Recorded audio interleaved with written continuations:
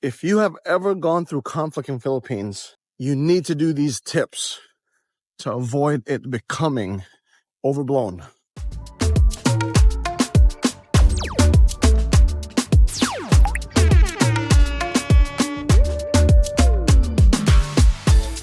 Good morning, everyone. So just came home from work. So this current week has been, managing businesses, and you have conflict in the sense of expat life and Phil-Ams coming through here, adjusting and navigating through conflict when you're in the Philippines, because there are some cultural nuances that you have to really factor in before attempting to voice your opinion and things like that. So I want to cover that. Obviously, human beings are going to be human beings. There are going to be conflicts, but I just wanted to cover the sense of like how to handle certain things here in the Philippines, because it is a tad bit different. It's a full spectrum of, it can be amicable all the way to it can become vicious and fatal sometimes.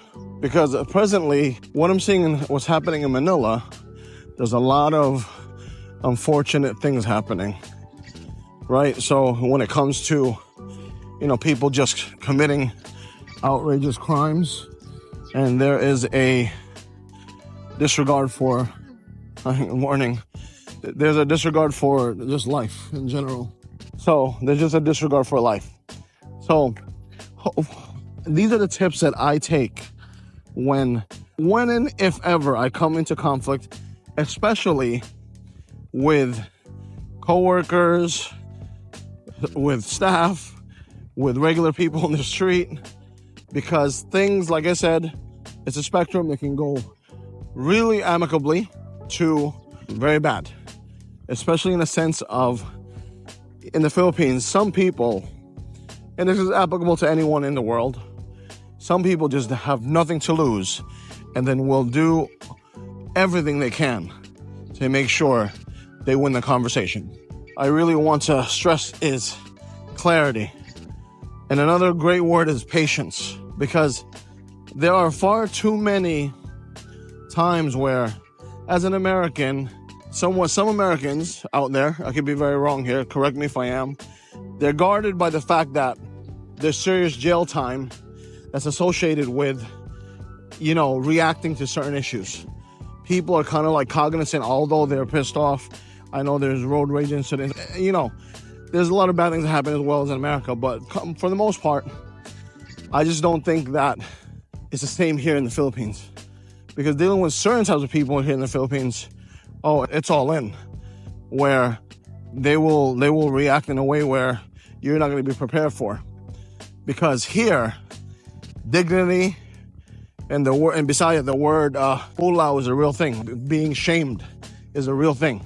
Like I said, people here, because although this is considered a developing country, certain mindsets are still in the point of, you know what, I have nothing to lose, I'm just going to go all in, whatever. Because I just feel that in America, for the most part, the police are active in making sure that there's consequences. Here, there's not so much. Especially from the current atmosphere now with the current president. A lot of people are not really happy with just the rampant crime that's happening right now. Not so much we are in Davao, but definitely Manila. So people are not really happy. So techniques that I do when it comes to finding that clarity and getting that patience is I really have to empathize with the person. As in, when I say empathize, I don't mean the typical empathy that you would think that it is. I'm talking about, if I get into a conflict with this person, what does that person have to lose versus what I have to lose? Therefore, I don't move forward with it. Or I do move forward with it, but I'm really selective with my words, my tone, because you have to realize that some of the people here have nothing to lose. Well, it's nothing for them to act in a way because, number one, at the end of the day, they might be in a really bad situation. So me, I have to really be clear as to, is this even worth investing my time into? Because things can get real really quickly. There's something to be said about, like I said, about dignity and feeling shamed, because that really bothers people here. I find that in America, it's not so much. Well, maybe there's a contentious topic is maybe with the young kids, maybe they're a bit more sensitive. I find that here they're just as sensitive, especially when it comes to being like feeling shamed in the public and things like that. And also you're dealing with the cultural differences, and you're dealing with mindset differences. So like when anything were, in my experiences here, living here for a few years, right now 3 years, and in college I spent about 2 years here, and my wife and I probably in total spent like 7-8 years here in the Philippines. And I've always come to realize that here, because of like conflicts when it comes to the feeling of being shamed in public or around family, it's gone to the point where you hear horror stories, where you hear things that like you don't really hear in America. You might just hear them in like YouTube videos about scary true crime videos. But here, it's pretty commonplace for things just to go left really quickly. So for you as a Filipino-American, Westerner in general, when I say Westerner, just not white, anyone who grew up in the Westernized culture where, like I said, I just feel that we are protected in a way where you can express yourself because of how things are. People yell at each other like nothing, and people walk away for the most part. I grew up in the ghetto, I grew up in the hood. A lot of the times it will, a lot of conflicts will end up in fist fights, and unfortunately they'll end up in other more extreme ways.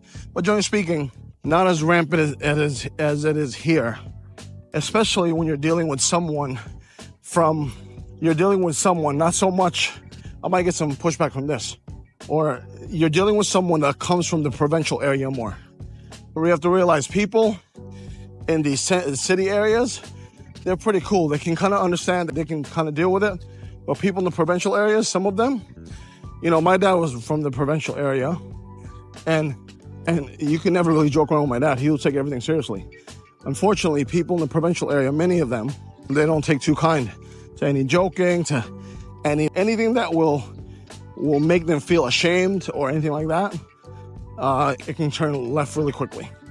And I have multiple stories to back up my claim.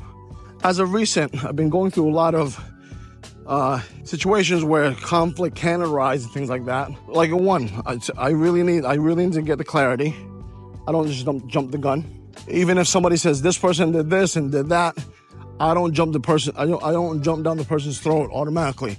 I try to really understand where they're coming from, what it is, because it can become hostile really quickly, especially here. So I leave it alone. So I look for clarity. And with that, obviously there's a built-in patience there because you are trying your best to go through the story. And one of our core values in the company is like to get the facts first. So with that said, you have to understand that old adage of 3 sides to everything, one person's side, the other person's side, and then the truth. So you try to get the facts there. So don't just jump the gun. I know road rage is a real thing even now in the Philippines now, but some of those instances have not turned out good for many people. So even me, I have to calm myself down a lot. Because coming from New York, you want to express yourself. But I come to realize that here, it's a totally different game. For those of you Americans, I'm only speaking to Americans because I'm American. For those of you Americans, calm your shit down. Don't get angry. Chill out. Because there isn't anyone here that's going to help you to that extent. I don't think so.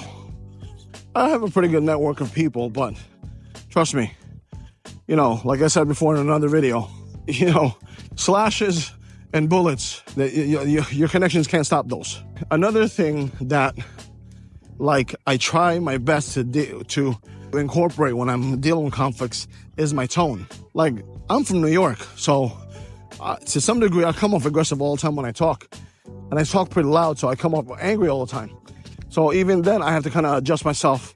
And for me, I've been told you're not being authentic or whatever, but you have to understand, you're coming in a different culture. You're coming in, they deliver things differently. You can still get what is the other saying? You attract more bees with honey than you do with vinegar. That's my approach here in the Philippines, right? So when I deal with certain things, I'm like, okay, even though I want to say what I want to say, I articulate myself in a way where I don't sound offensive, or try my best not to sound offensive. Look at these young kids over there exercising. You okay? What happened? It's okay. You want me to carry you? No? Oh, come here. Oh, you want to explain to me? I know. Hey, do you see the bird? Those are probably some of the key things that I do if I ever come into conflict here. And the thing is, whenever you come into conflict, just be cognizant of your surroundings. Just be cognizant of your surroundings. Know where you are. Know where, if shit goes down, you know where to go. You have an idea where the main roads are. I know that you might be traveling, you might be on vacation, you might live here and you just explore new areas. But that's the key word, exploring. Before going to those areas, or sure you're living in an area, know the layout, know what's happening here. Know the area good enough where if you got to walk away, in this street, you know where that leads to. Because at the end of the day, if shit hits the fan, I can almost guarantee you, the fan's going to have other fans. And you just don't want that. I've heard many, many stories where, people get jumped and things like that. And yeah, because, honestly, even me, I'm big for a Filipino. So like size-wise and, height-wise to some degree. So if I ever come into conflict with a regular average Pinoy, I don't know, man. Anything can go down. He might call some friends, or there might be people there that's waiting for me, or people might be like, you know what, let me side with the Pinoy because this freaking American guy is acting up. Because at the end of the day, a lot of that altercation, a lot of that communication is lost. They might not truly understand what you're trying to say, right? They might not truly understand what you're trying to convey because one, adrenaline's pumping, right? Your adrenaline's pumping. Look at that dog. So you go over there, look at the dog. Hi, dog. Hi to the dog. Hi, dog. Hi, dog. He wants to play. The dog wants to play. Wow, dog. So like I said, a lot of that in the heated conversation and the conflict, one, you might not speak the language, a lot of loss in translation. All they see is straight up aggression. All they see is that tone. All they see is that energy. It might not be good energy, but obviously, to your point as a foreigner, you might be really upset, but you got to calm your ass down. You got to get to the point where it's you don't want to be apologetic and, bow down if, you're truly in the right.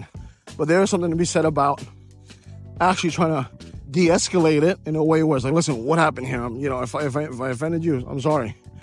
Everyone understands to a great degree here in the Philippines. The majority of people speak English. Everyone understands, I'm sorry. Or, when you sound apologetic. Now, also, everyone on the same token, everyone understands aggression as well. So keep that in mind when you're talking to people. Now, some of you might be like, oh, you're partying. Shit happens. Totally understand it. Shit happens. But you shouldn't be, if you're a belligerent drunk, you shouldn't be outside in the first place. You should be inside. So you won't have to interact with anyone. To be honest with you. Comment on below. That's what I'm really looking for.